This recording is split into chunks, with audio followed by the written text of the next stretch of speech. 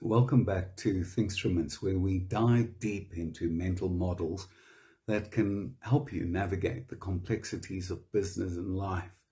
Today's topic may seem simple, but its implications are profound. It's the paradox of tolerance. How much tolerance is too much? And how can we balance the need for openness with the responsibility to protect our values? In business, it's often said that the best companies are the ones that foster a culture of openness where ideas and perspectives flow freely. But what happens when tolerance is stretched to the point where it allows negative or even destructive forces to take root? That's the paradox, and it's one we need to unpack in today's world of work and leadership.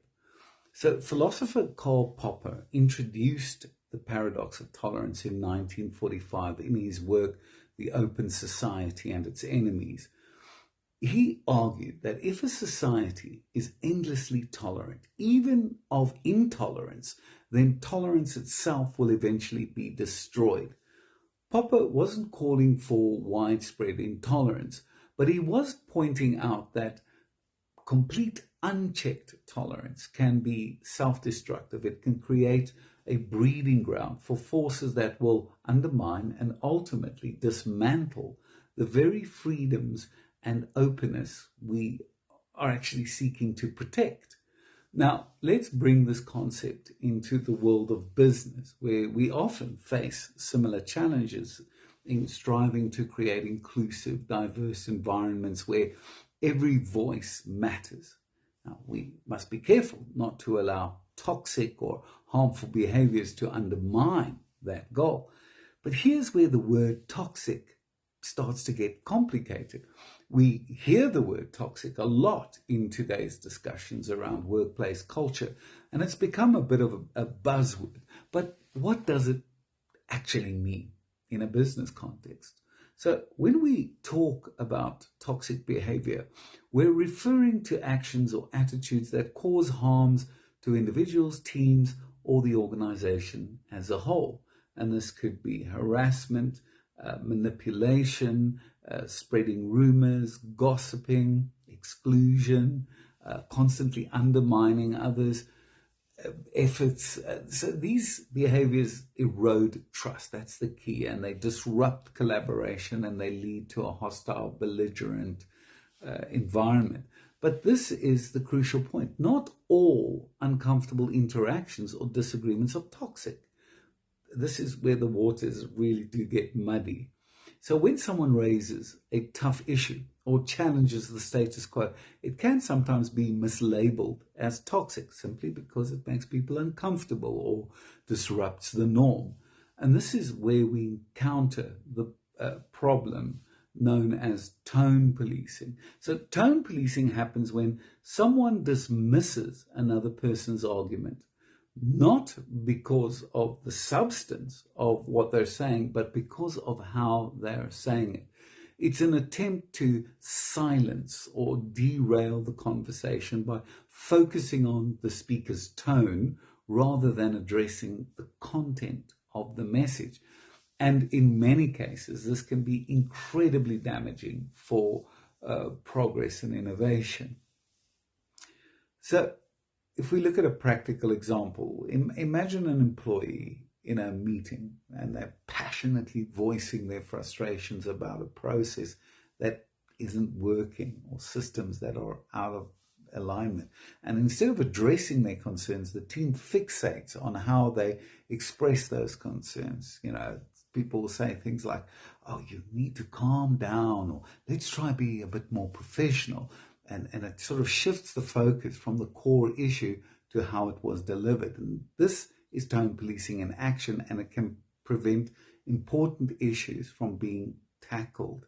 So in a business environment, tone policing can be particularly dangerous because it suppresses critical feedback.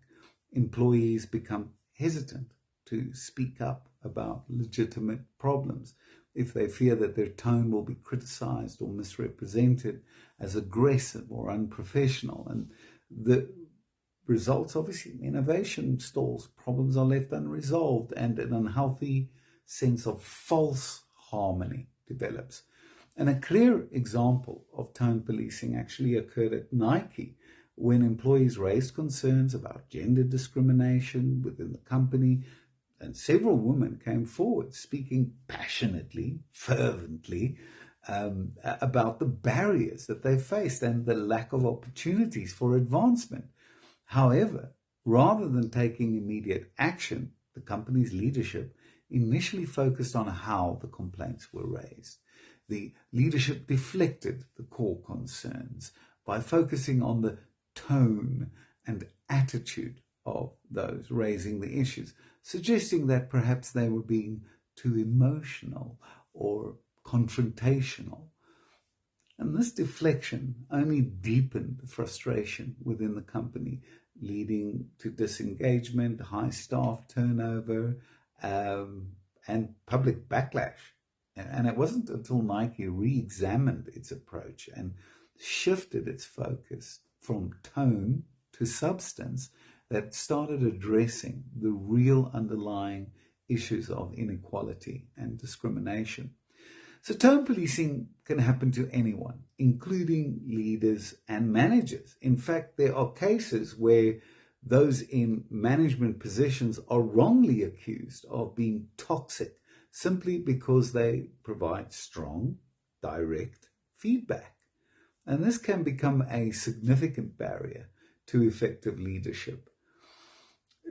Let's say you have a sales manager who gives the team candid feedback about underperformance during a heavily pressured quarter.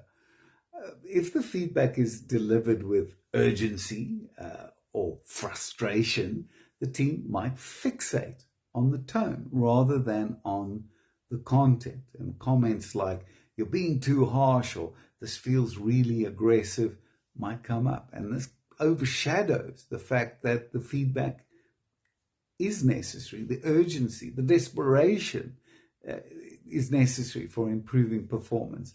And so instead of focusing on how to resolve the issues, the team begins to see the manager as the problem. Classic case of ad hominem. So this is also a classic case of tone policing in reverse. The manager's feedback is important, but because of the emotional intensity, the team label it as toxic or aggressive or belligerent, even though the real intent is to correct the course and help the team succeed and the individuals reach their goals.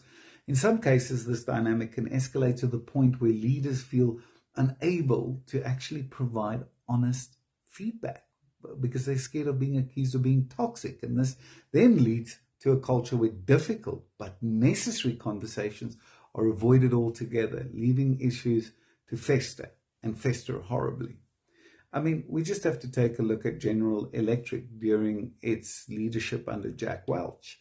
In the 90s, Welch was known for his tough, no-nonsense leadership style. He would regularly challenge his executives in meetings, asking hard-hitting questions and demanding accountability.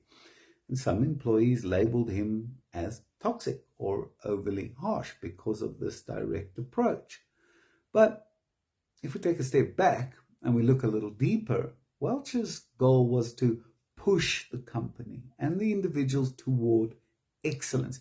He wasn't being toxic. He was setting a standard of high performance. He was raising the bar. But many people focused on the intensity of his tone rather than the substance of his feedback. And Welch was often criticized for being too brutal. But this tone policing sometimes overshadows the fact that his leadership transformed General Electric into one of the most successful companies of the era. So when a leader's feedback is framed as toxic, simply because it's uncomfortable to hear, tone policing prevents the organization from growing, from adapting, and ultimately achieving its goals. So what's important is to differentiate between a toxic leader who undermines trust, that's the key thing, and a leader who provides firm, candid, and constructive feedback. The misuse of the term toxic will definitely stifle the necessary debate that we need to solve problems, pushing critical voices out of the conversation, and in the long run leads to these echo chambers where only agreeable, unchallenging ideas are accepted. And that's just going to weaken the company's ability to innovate and grow. So for leaders, navigating the line between tolerance and accountability is probably one of the most challenging aspects of building a healthy culture. So obviously, while it's important to create an environment where employees feel free to express their ideas and concerns, leaders and employees must recognize when behaviors cross a line into genuinely harmful territory, attacking someone's dignity in that. But when tone policing becomes prevalent, you've got these broader issues in the company cultures. Leaders are second guessing themselves. They're afraid that any strong feedback will be seen as inappropriate or aggressive. And this undermines their ability to lead effectively and for employees to be led effectively and holding people accountable and making difficult decisions. So in the long run, it leads to a kind of paralysis where those conversations are just not being had. And we don't want to suppress feedback because ultimately it's going to give us mediocrity, and because no one is willing to push for more. Okay, well, then how do we balance tolerance and accountability without falling into the trap of tone policing or false claims of toxicity? So firstly, companies need to clearly define what truly toxic behavior looks like and what it doesn't. Toxicity is about behaviors that consistently undermine the health and function of the team, not occasional frustrations or direct feedback. Second, leaders need to foster environments where feedback is encouraged, regardless of the emotional delivery. See, empathy isn't just about being able to feel someone's sadness. It's also about understanding their anger. The word anger comes to us from ancient Norse, and the word is anger, which means to suffer. It's linked to our words angst and anxiety. So how much EQ are we displaying when we want to dismiss or even disregard and even condemn someone's expression of their pain?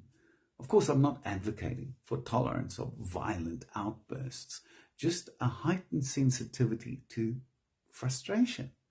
So instead of policing tone, organizations should focus on the content of what's being said and whether it aligns with the company's goals and values.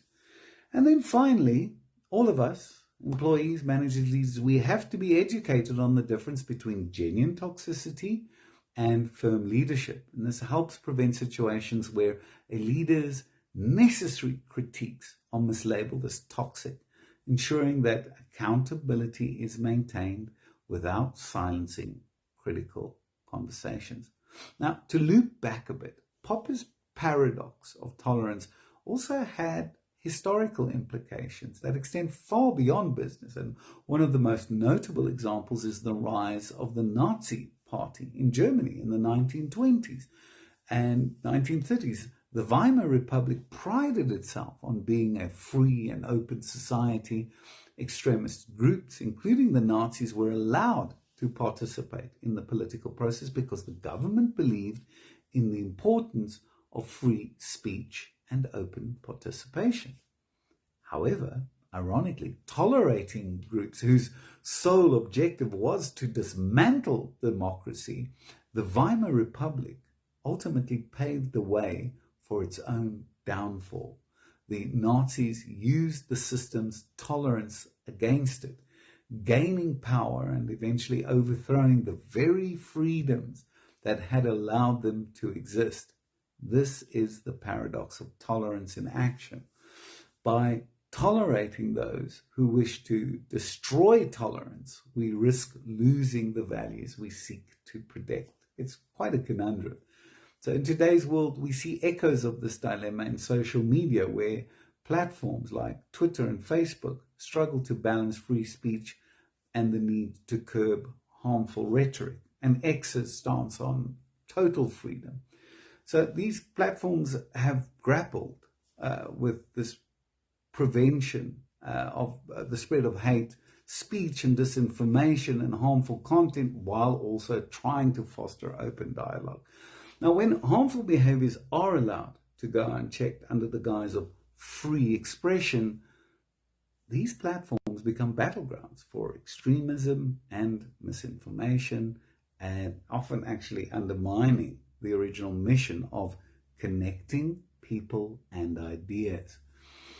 The paradox of tolerance teaches us that being endlessly tolerant without limits can lead to the erosion of the very values we hold dear. In business, as in life, openness and inclusivity are crucial, but they must be balanced with accountability and clear boundaries. Otherwise, we allow the risk of harmful behaviors to take root, whether through genuine toxicity, tone policing, or false claims of toxicity. So as we navigate the complexities of building open, creative, and inclusive workspaces, I guess we should try and remember that true tolerance requires wisdom, equanimity. It's about knowing when to welcome different perspectives and when to draw the line to protect what matters most. Well, thanks for watching Thinkstruments. If this episode gave you something to think about, be sure to like, subscribe, and leave your thoughts in the comments. Until next time, keep thinking critically and thriving. Thank you.